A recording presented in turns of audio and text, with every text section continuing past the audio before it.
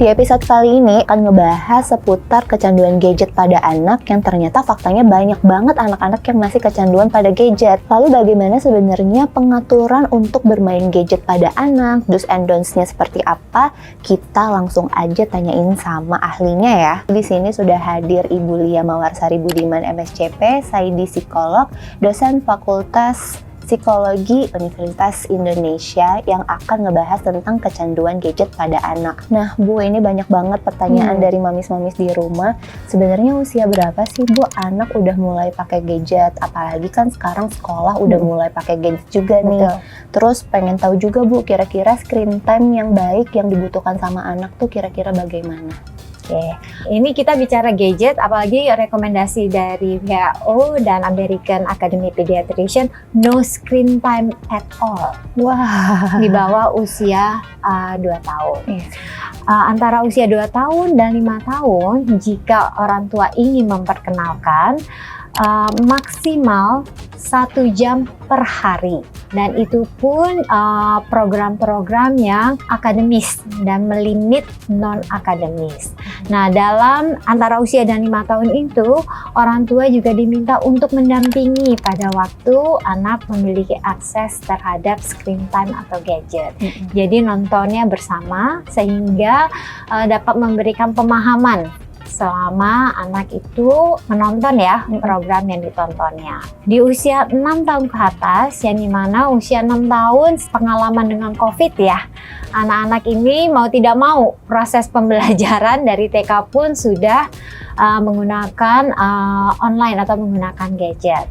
Nah, tapi perlu adanya aturan dan batasan-batasan untuk apa gadget ini digunakan, durasinya berapa lama itu disesuaikan dengan usia dan kebutuhan.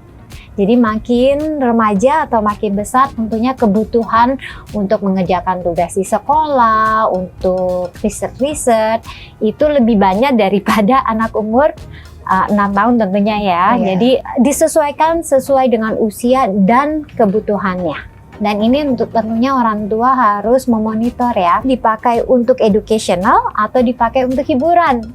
Nah, kalau hiburan pun apa yang dibolehkan dan apa yang tidak dibolehkan itu sebenarnya orang tua memiliki kontrol untuk memantau hal itu. Sebenarnya usia di bawah 2 tahun itu perkembangan otak itu sedang terjadi secara signifikan ya. Yang dimana yang dibutuhkan anak pada usia di bawah 2 tahun itu adalah interaksi langsung, timbal balik. Kalau misalnya gadget, nangis sedikit, kasih gadget, anak tenang, mungkin itu memudahkan orang tua ya.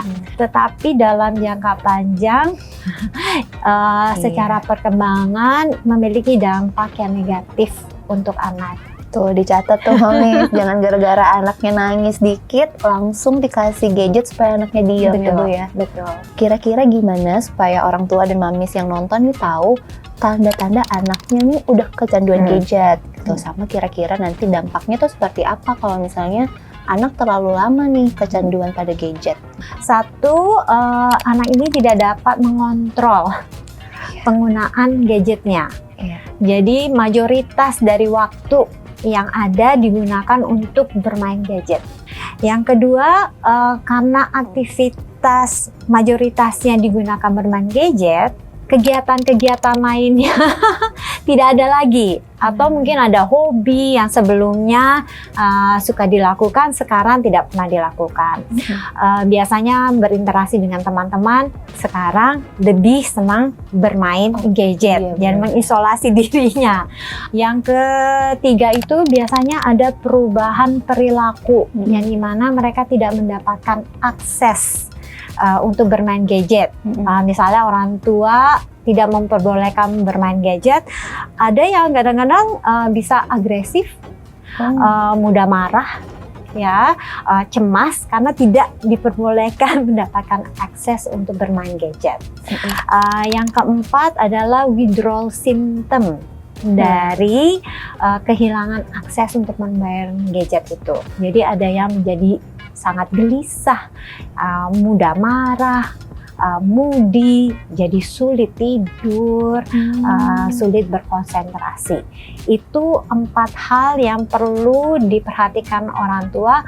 Wah, anak ini sudah menuju ke sana nih, menuju ke canduan gadget. Jadi tidak bisa hidup tanpa Megang adanya gadget. Mungkin kalau boleh saya tambahkan lagi ya, dampaknya itu tentunya kalau anak ini hanya bermain gadget, ya kesempatan untuk berinteraksi dengan teman-temannya tidak ada. Betul. Jadi kemampuan untuk mengasah kemampuan social skill yang sangat dibutuhkan itu menjadi sangat minimal atau hilang.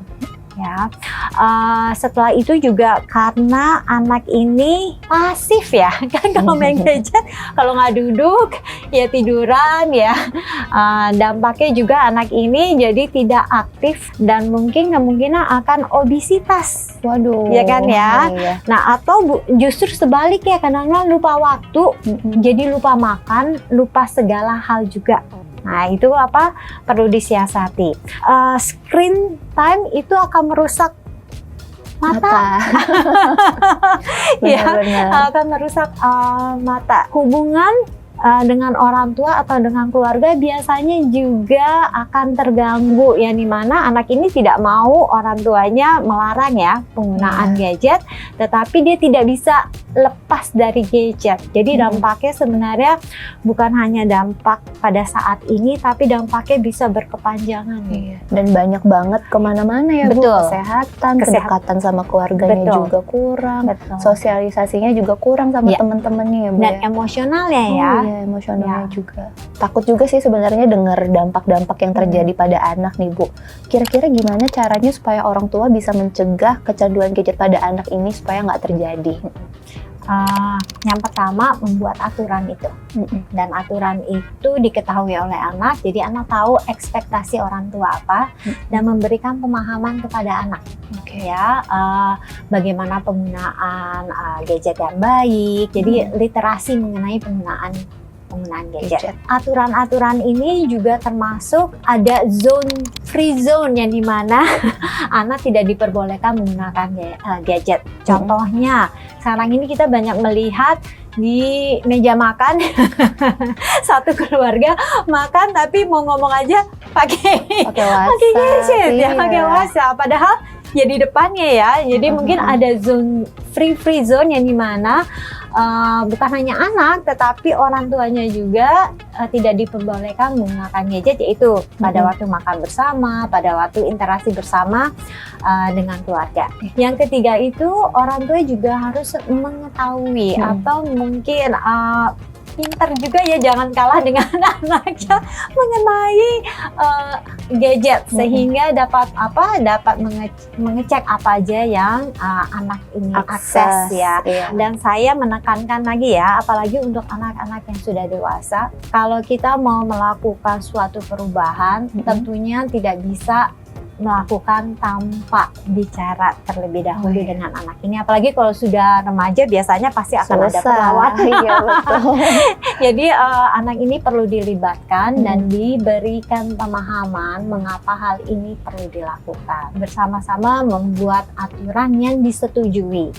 Dan yang terpenting, jika aturan itu sudah disetujui, untuk mengaplikasikannya secara konsisten dengan siapapun yang ada di rumah itu. Nah Bu, kalau misalnya anak udah terlanjur nih kecanduan gadget, sebenarnya apa yang bisa dilakukan sama orang tua? Terus lalu kemana juga orang tua bisa meminta bantuan nih Bu? Sebenarnya kalau kecanduan itu ada misalnya masih di fase awal ya, di fase pertengahan ya, atau di fase yang sudah berat sekali. Nah sebenarnya dalam fase awal, pertengahan, atau misalnya sudah sangat berat itu detox harus dilakukan, ya.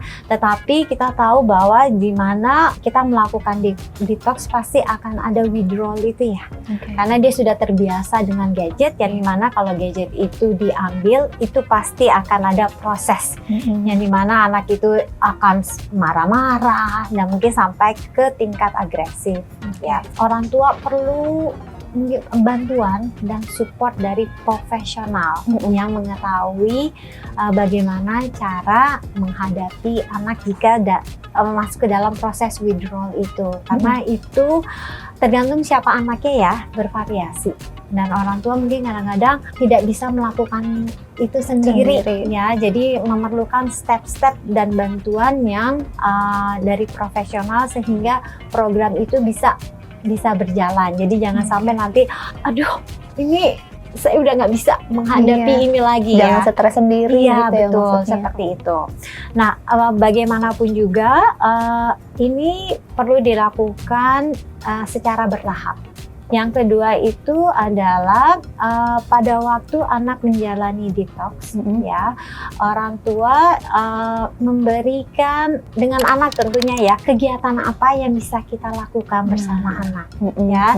Jadi anak itu ada suatu kegiatan selain dari memikirkan gadget, bermain gadget. Mungkin ada hal-hal baru yang ingin dipelajari atau hobi yang tadinya sempat anak minati, tetapi karena gadget jadi tidak diminati lagi, itu sangat membantu. Jadi pikirannya bisa teralihkan ya dari bermain gadget ini.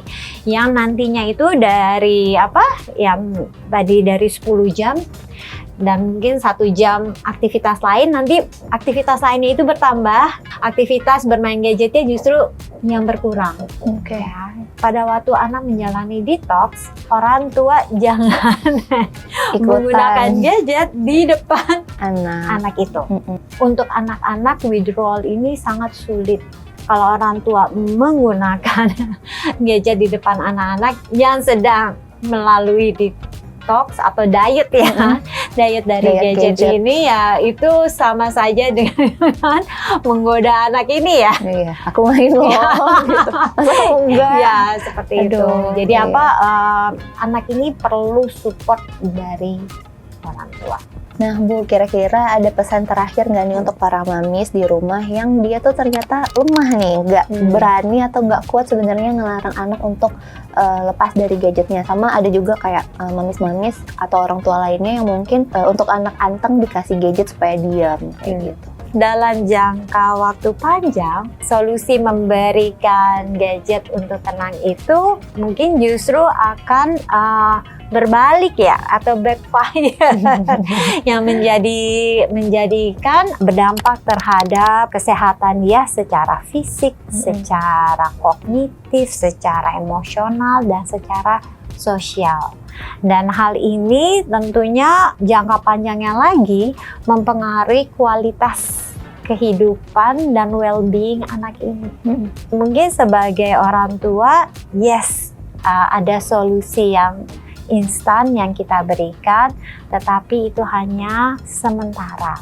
Sebenarnya untuk membuat anak tenang itu, anak ini harus belajar, harus berproses tentunya dengan bimbingan dan support kita ya. Bagaimana mereka dapat meregulasi dirinya dengan baik, dan kemampuan ini nantinya yang akan mereka bawa sampai mereka dewasa, yang dimana menjadikan mereka individu yang dapat beradaptasi dengan lingkungannya dan memiliki solusi, bukan hanya solusi yang instan, tetapi solusi yang tentunya berdampak secara positif dalam kehidupannya dia. Sebenarnya tidak ada sesuatu yang instan, apalagi dalam membesarkan dan mendidik anak, tetapi tugas orang tua adalah memberikan keterampilan atau pembekalan yang mana nantinya kita berharap anak kita dapat beradaptasi dan berkembang secara optimal. Nah, pokoknya apa yang udah disampaikan sama Ibu Lia bisa ditonton ulang atau dicatat satu-satu ya, biar bisa langsung diterapkan ke anaknya. Nah, terima kasih Ibu Lia untuk hari ini. Semoga banyak yang bisa diambil nih sama orang tua di rumah dan yang nonton untuk anak-anaknya supaya tidak kecanduan sama gadget. Terima kasih banyak ya Ibu Lia. Sama-sama.